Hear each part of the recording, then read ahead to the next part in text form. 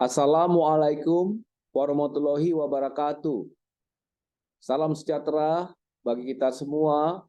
Om Swastiastu, Nama Budaya, salam kebajikan. Adik-adik mahasiswa pajak, kita lanjutkan pembahasan mengenai persetujuan penghindaran pajak berganda atau P3B dan juga kita kenal dengan tax treaty untuk seri yang keempat mengenai penghasilan orang pribadi. Adik-adik mahasiswa pajak, adapun pokok-pokok bahasan yang akan kita diskusikan di dalam paparan Bapak adalah pertama kita akan membahas mengenai jenis-jenis penghasilan orang pribadi, ya.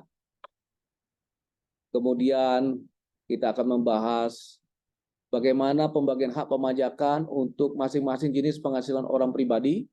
Sini ada banyak sekali jenis penghasilan orang pribadi.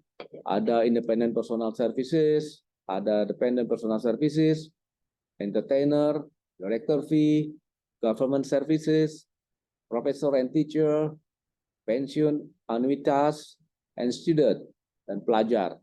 Nah, ini materinya sangat banyak adik-adik mahasiswa pajak. Nanti akan Bapak bagi ke dalam dua section. Ya, untuk section yang pertama kita akan bahas nanti independent personal services, ya sampai dengan director fee. Ya, nanti setelahnya itu di section kedua sisanya kita bahas sehingga tidak membosankan dan tidak perlu terlalu banyak penjelasan. Yang penting adik-adik mahasiswa pajak pahami dulu prinsip-prinsip dasar di section pertama nanti akan saya sampaikan. Ya, nanti di section kedua kita lanjutkan pembahasan mengenai jenis-jenis penghasilan orang pribadi yang belum kita bahas di section pertama. Adik-adik mahasiswa pajak, sekarang kita coba masuk memahami jenis-jenis penghasilan orang pribadi. Bagaimana P3B mengatur pembagian hak pemajakan atas jenis-jenis penghasilan orang pribadi. Jadi P3B itu mengatur pembagian hak pemajakan. Kalau salah satu negara P3B berhak untuk memajakinya, maka cara pemajakannya sesuai dengan ketentuan perundang-undangan yang berlaku di negara salah satu dari mitra P3B. Ya, sebagai contoh misalnya ada orang asing yang merupakan penduduk dari negara P3B, ya, dia memperoleh penghasilan dari Indonesia, maka bagaimana memajaki penghasilan yang bersangkutan? Pertama harus dilihat dulu apakah P3B Indonesia dengan negara mitra perjanjian memberikan hak pemajakan kepada Indonesia. Bila iya, maka cara memajakinya atau perlakuan perpajakannya tunduk pada ketentuan peraturan perundang-undangan yang berlaku di Indonesia.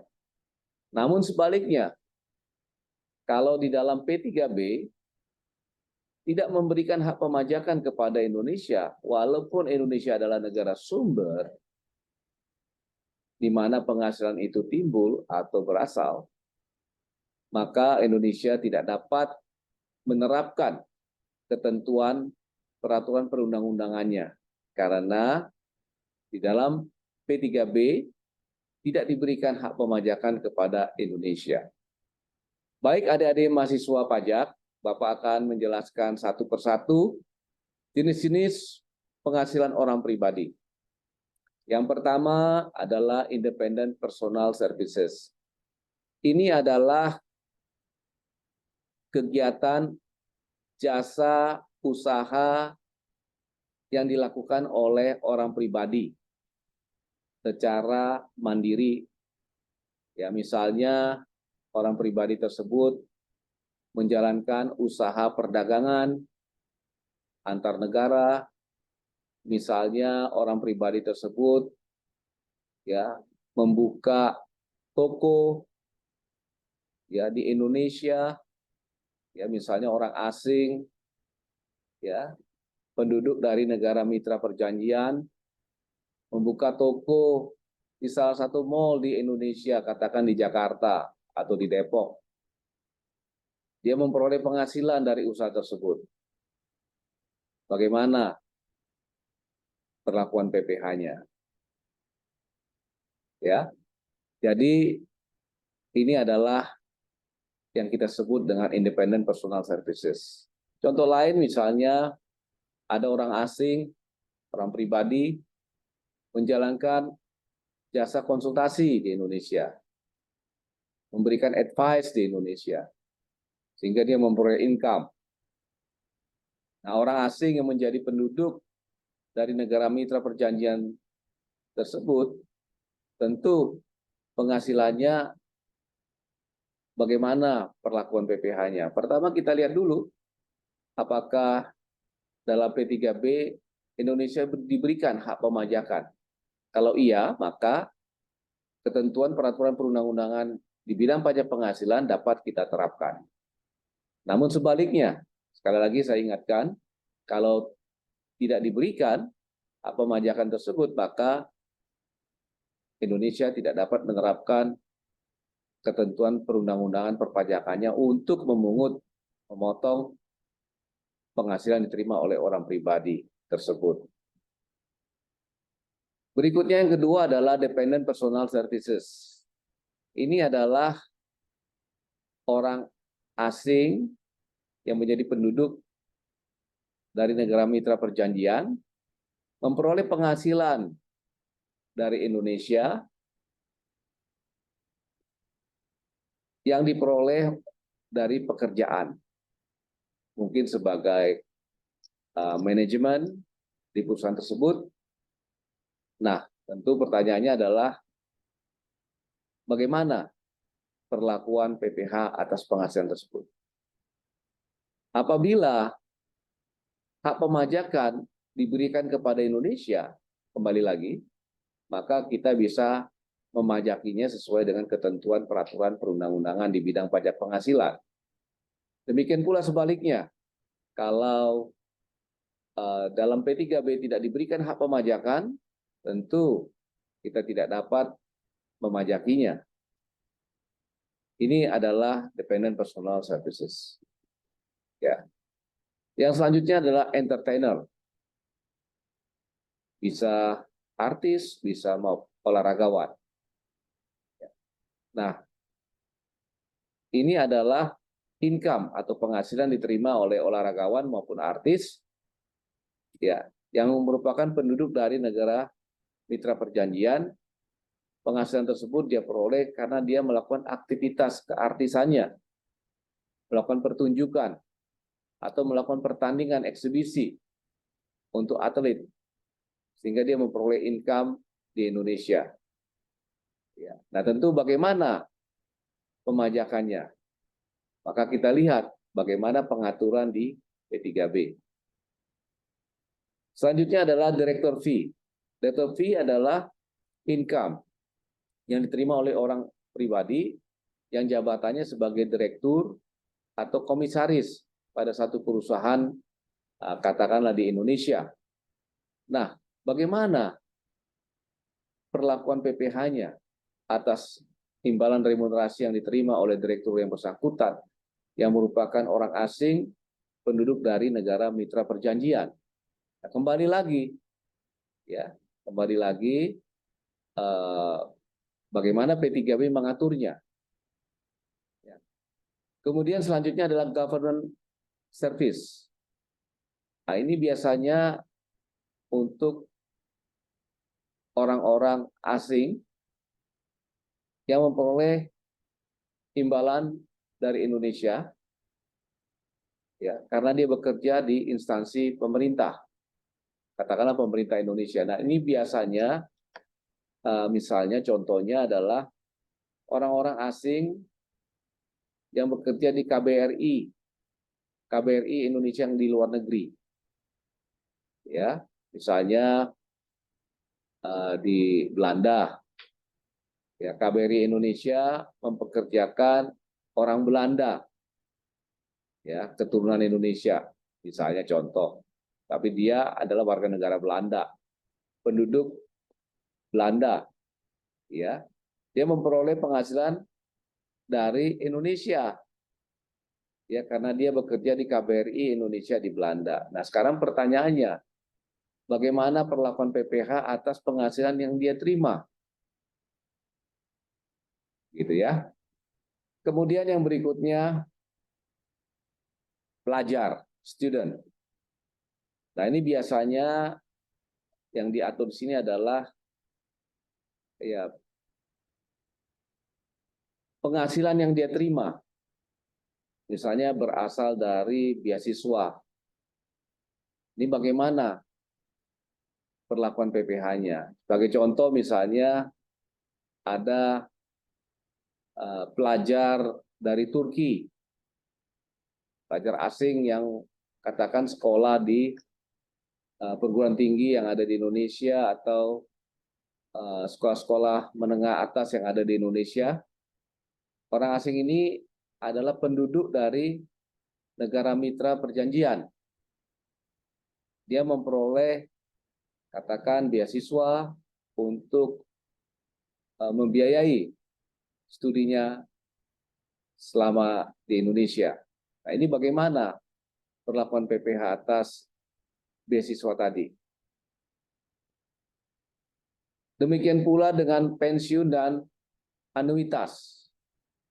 Ya, bagaimana perlakuan PPh-nya? Sebagai contoh misalnya orang-orang asing yang sudah lanjut usia, yang sudah pensiun, ya, yang sudah retired, ya, mungkin mereka prefer untuk tinggal di Indonesia. Ya, selama masa tuanya dia terima uang pensiun.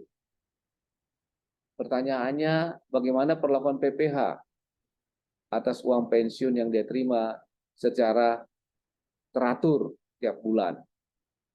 Sementara dia berada di Indonesia, misalnya contoh. Ya. Nah, ini bagaimana perlakuan PPh-nya. Atau sebaliknya, dulu orang asing yang bersangkutan bekerja di Indonesia waktu masih aktif. Ya, setelah retired, pensiun, dia kembali ke negaranya. Dan perusahaan yang di Indonesia secara teratur memberikan uang pensiun atau anuitas kepada orang asing yang menjadi penduduk dari mitra perjanjian. Pertanyaannya bagaimana perlakuan PPh atas pembayaran uang pensiun yang diterima atau diperoleh orang asing tadi. Selanjutnya kita akan juga membahas mengenai penghasilan diterima oleh profesor dan pengajar. Katakan seorang guru besar dari luar negeri, ya, kita sebut aja dari Australia, ya. Kemudian dia menjadi visiting profesor di salah satu perguruan tinggi di Indonesia. Katakan dia mengajar selama setahun atau 2 tahun. Nah, ini bagaimana perlakuan PPh-nya atas remunerasi atau penghasilan yang diterima dari profesi dia sebagai pengajar. Nah, tentunya kembali lagi bagaimana tax treaty atau P3B mengatur mengenai pembagian hak pemajakan atas penghasilan tersebut. Nah, ini adalah kurang lebih adik-adik mahasiswa materi yang akan Bapak sampaikan ke kalian. Mudah-mudahan ini menarik dan menambah wawasan kalian ya di dalam memahami bagaimana perlakuan P3B atas penghasilan yang diterima oleh orang pribadi. Nah, kita sekarang masuk ke jenis penghasilan Independent Personal Services. Ingat ya, tadi Bapak sudah menjelaskan secara perlahan-lahan, namun tidak tertutup kemungkinan Bapak akan mengulang lagi ketika menjelaskan ini. Jadi pada prinsipnya, adik-adik mahasiswa, untuk penghasilan orang pribadi dari pekerjaan bebas atau independent personal services, ya, maka hak pemajakan diberikan kepada negara domisili. Jadi exclusive taxing right, hak pemajakan penuh, itu diberikan kepada negara domisili.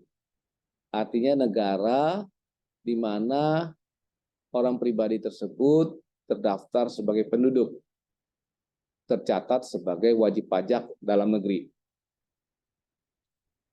Namun demikian, negara sumber dimungkinkan untuk memajaki penghasilan yang diterima oleh orang pribadi tersebut dari pekerjaan bebas atau independent personal services, sepanjang di negara sumber tersebut ada fixed base, ya, atau si orang pribadi tersebut berada di Indonesia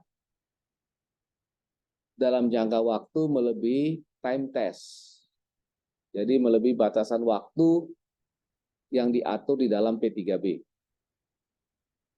Nah, contoh dari mereka yang melakukan pekerjaan bebas itu adalah physician, ya, lawyer, engineers, arsitek, dentist, accountant.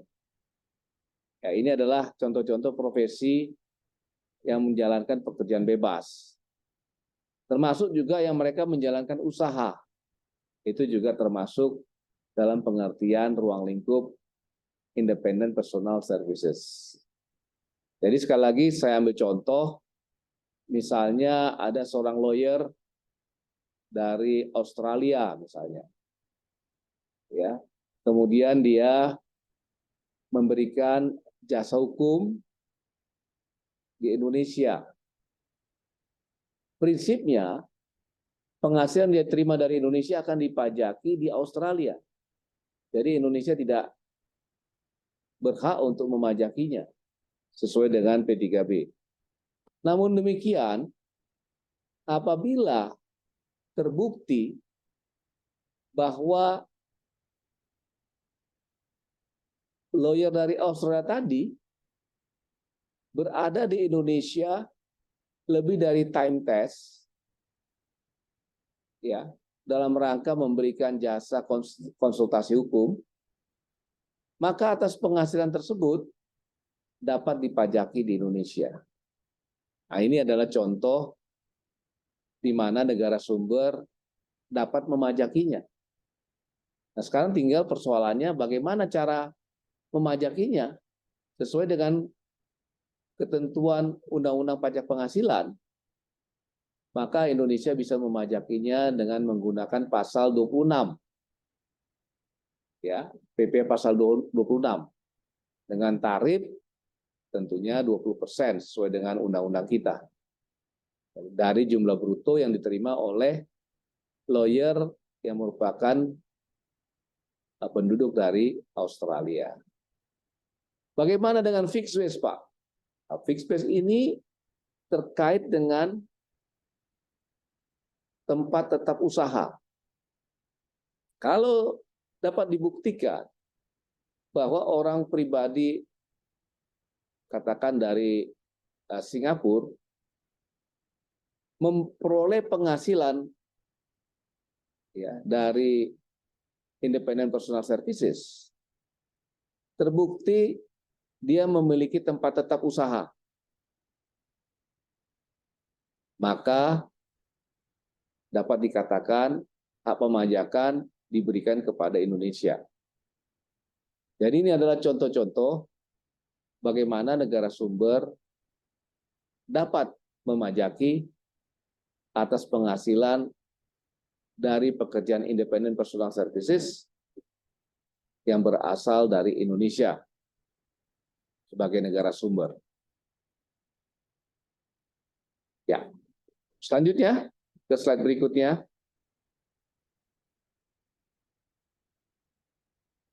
Nah, tadi apa yang Bapak jelaskan tadi, di sini pengaturannya. Ya.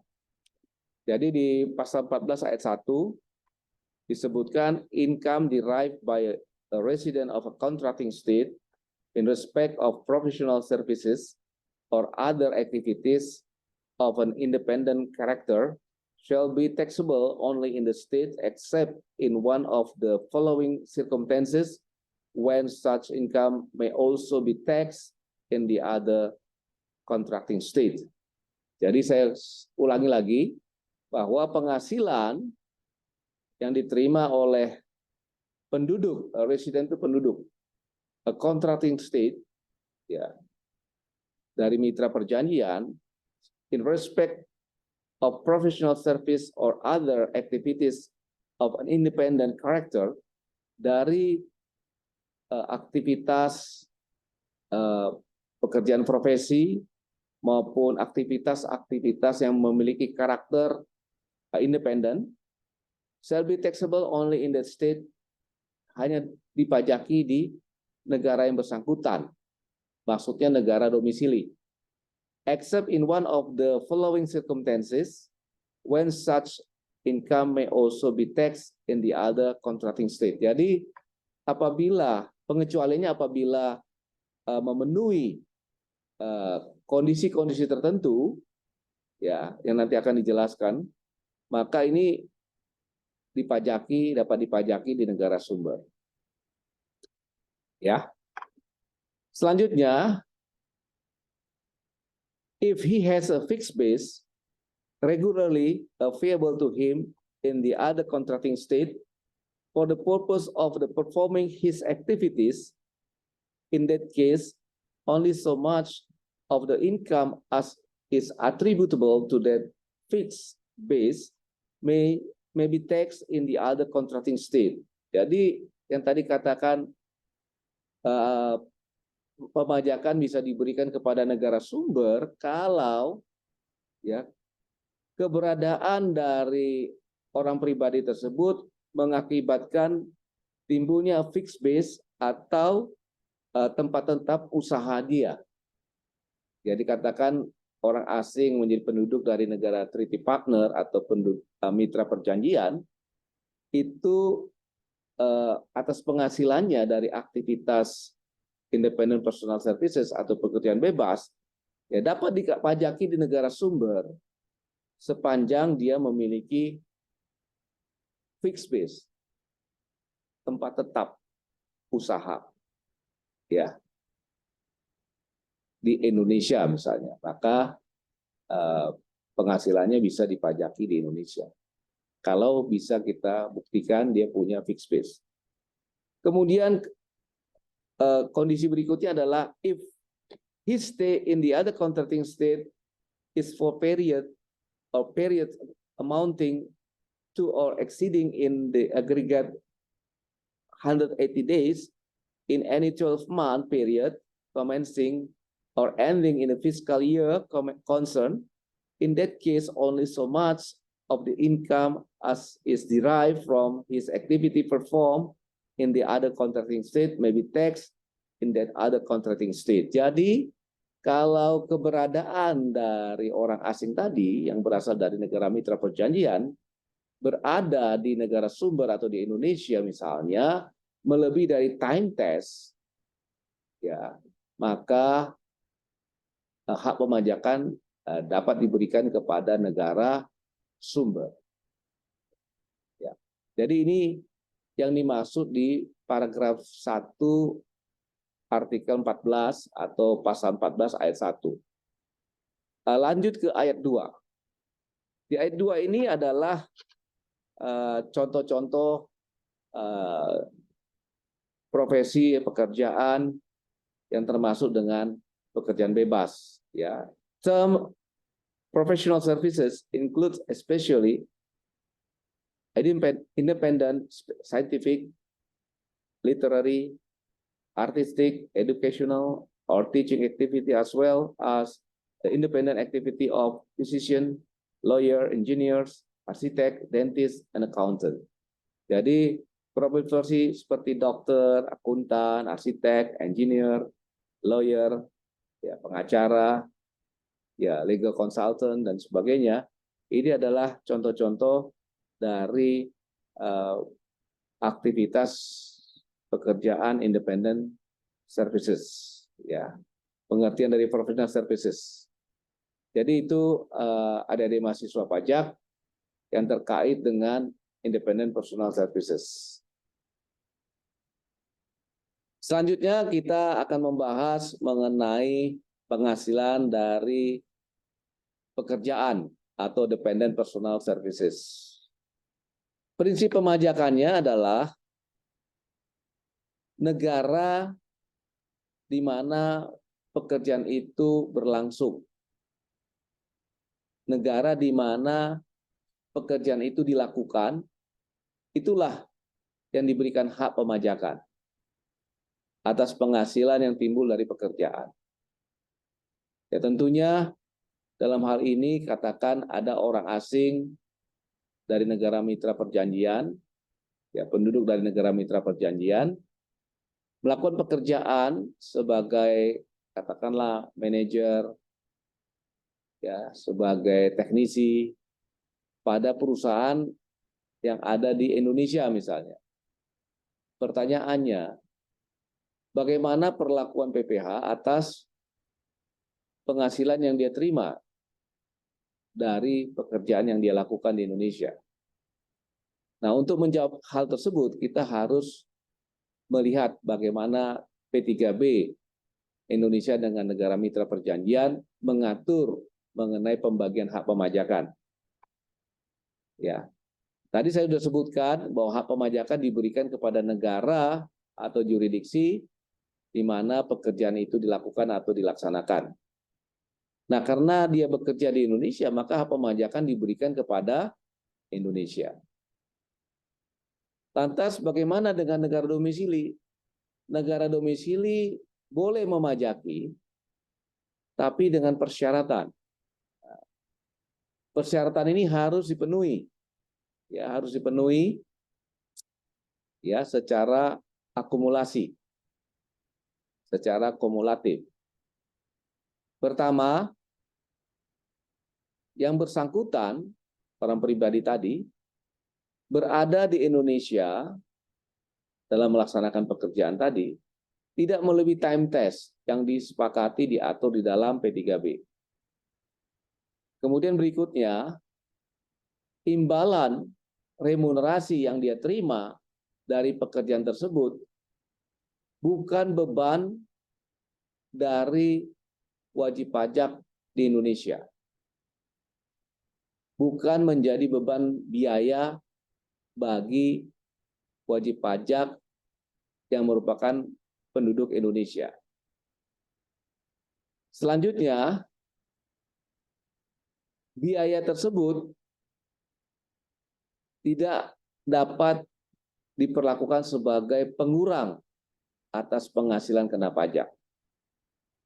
Jadi ini syarat kumulatifnya harus dipenuhi.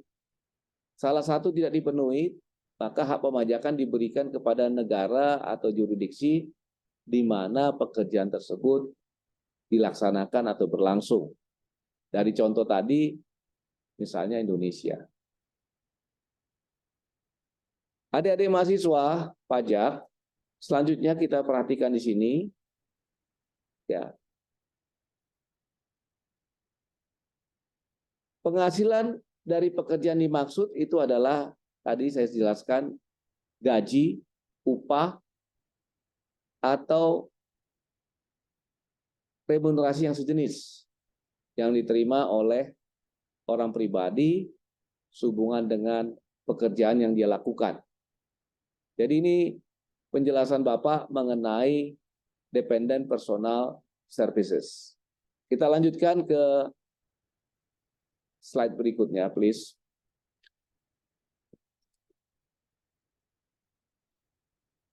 Nah, ini mengenai pengaturannya, adik-adik mahasiswa pajak. Bapak bacakan aja, tadi prinsipnya sama ya. Pasal 15 ayat 1, ya.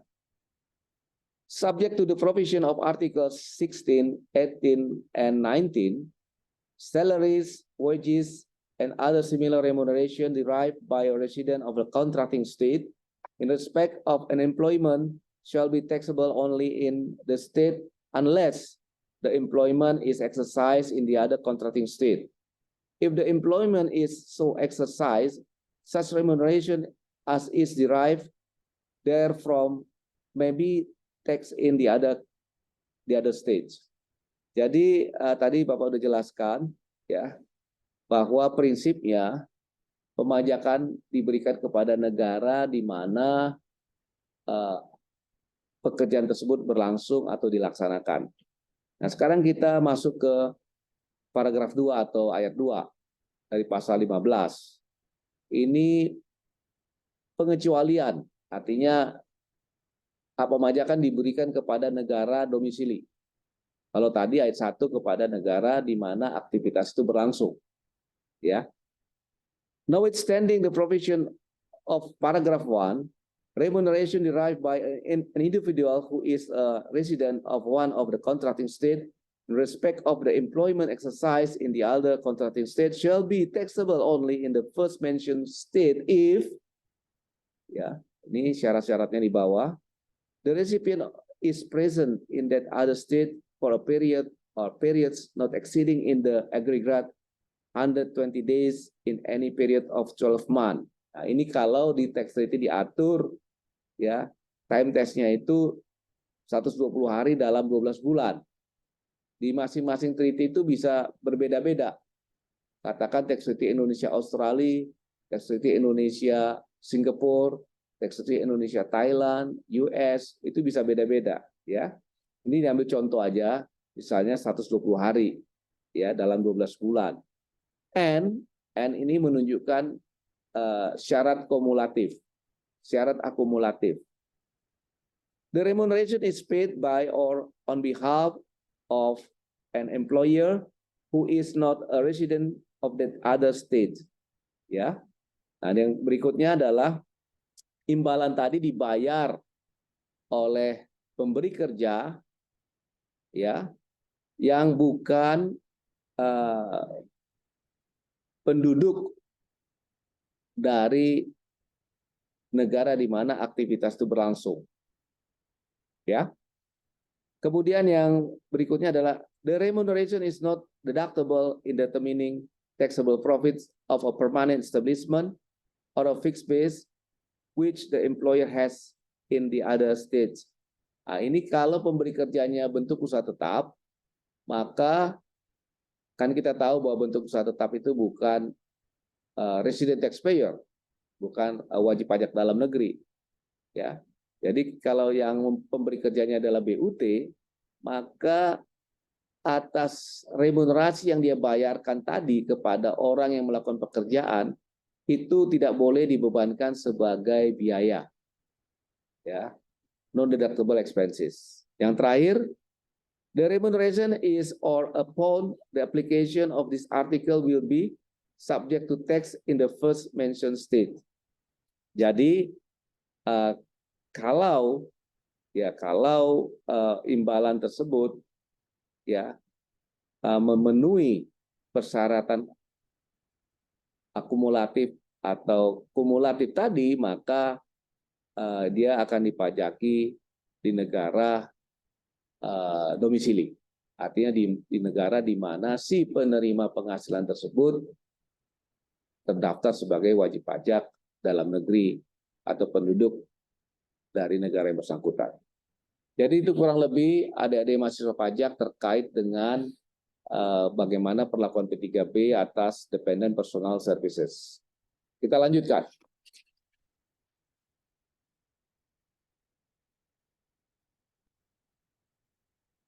Yang berikutnya adalah penghasilan dari directors. Yang dimaksud di sini adik-adik mahasiswa pajak. Directors di sini adalah orang pribadi yang jabatannya direktur atau komisaris, tetapi yang bersangkutan tidak berada di negara yang melakukan pembayaran. Contoh misalnya, katakan dia direktur, ya, dia adalah penduduk atau orang pribadi yang tinggal di Jepang misalnya. Ini contoh ya, atau di Australia, ya. Dia di akte pendirian di struktur organisasi perusahaan yang ada di Indonesia, jabatannya sebagai direktur dan rutin menerima remunerasi karena jabatannya, ya. Dan dia memberikan atau melakukan pekerjaan mungkin dari luar dalam bentuk advice gitu ya. Nah, pertanyaannya adalah bagaimana penghasilan yang diterima oleh direktur tadi. Kita ambil contoh Indonesia dengan negara di luar negeri yang ada perjanjian P3B dengan Indonesia. Nah, pengaturannya adalah direktur fee ini hak pemajakan diberikan kepada negara yang melakukan pembayaran. Jadi negara yang melakukan pembayaran inilah yang boleh memajakinya. Bagaimana memajakinya? Tentunya sesuai dengan ketentuan peraturan perpajakan di negara yang bersangkutan. Sebagai contoh misalnya, tadi saya ulangi, orang Jepang katakan ya, dia tinggal di Jepang, ya, atau orang Australia dia tinggal di katakan di Sydney, ya, jabatannya katakan direktur di perusahaan yang ada di Indonesia, kemudian setiap bulan dia terima remunerasi atau gaji dan imbalan, ya, atas jabatannya. Maka sesuai dengan P3B, Indonesia sebagai negara sumber yang melakukan pembayaran atas imbalan tersebut berhak untuk memajakinya. Pertanyaannya, bagaimana cara memajakinya? Ya, lihat undang-undang PPh yang berlaku di Indonesia, yaitu menggunakan pemotongan PPh pasal 26 dengan tarif 20% dari jumlah bruto yang dibayarkan kepada orang pribadi yang berada di luar Indonesia tadi. Jadi itu adalah perlakuan tax treaty-nya. Bagaimana pengaturan P3B di dalam menyangkut mengenai director fee? Saya bacakan di pasal 16. Director fee and other similar payments derived by a resident of a contracting state in his capacity as a member of a board of directors of a company which is a resident of the other contracting state may be taxed in that other state. Jadi di sini dijelaskan sekali lagi bahwa director fee atau imbalan remunerasi sejenisnya yang diterima oleh penduduk dari negara mitra perjanjian dalam kapasitasnya sebagai direktur atau komisaris gitu ya, dari suatu company, dari suatu perusahaan yang ada di negara mitra perjanjian lainnya, maka atas remunerasi atau imbalan tadi dipajaki di negara mitra perjanjian lainnya. Ya, contohnya katakan tadi orang Jepang, orang Australia misalnya, ya orang asing gitu ya, bekerja sebagai direktur di salah satu perusahaan di Indonesia dan kemudian memperoleh imbalan remunerasi, maka atas penghasilannya tadi itu hak pemajakan diberikan kepada Indonesia. Adik-adik mahasiswa pajak, dengan selesainya Bapak menjelaskan mengenai ketentuan P3B terkait dengan penghasilan direktur atau direktur fee, maka paparan Bapak di segmen pertama dari P3B seri keempat ini Bapak cukupkan terlebih dahulu. Nanti kita akan lanjutkan di section kedua, ya, masih terkait dengan penghasilan orang pribadi. Terima kasih atas perhatian kalian. Tetap semangat, adik-adik mahasiswa pajak. Wassalamualaikum warahmatullahi wabarakatuh. Om Santi Santi Santi Om.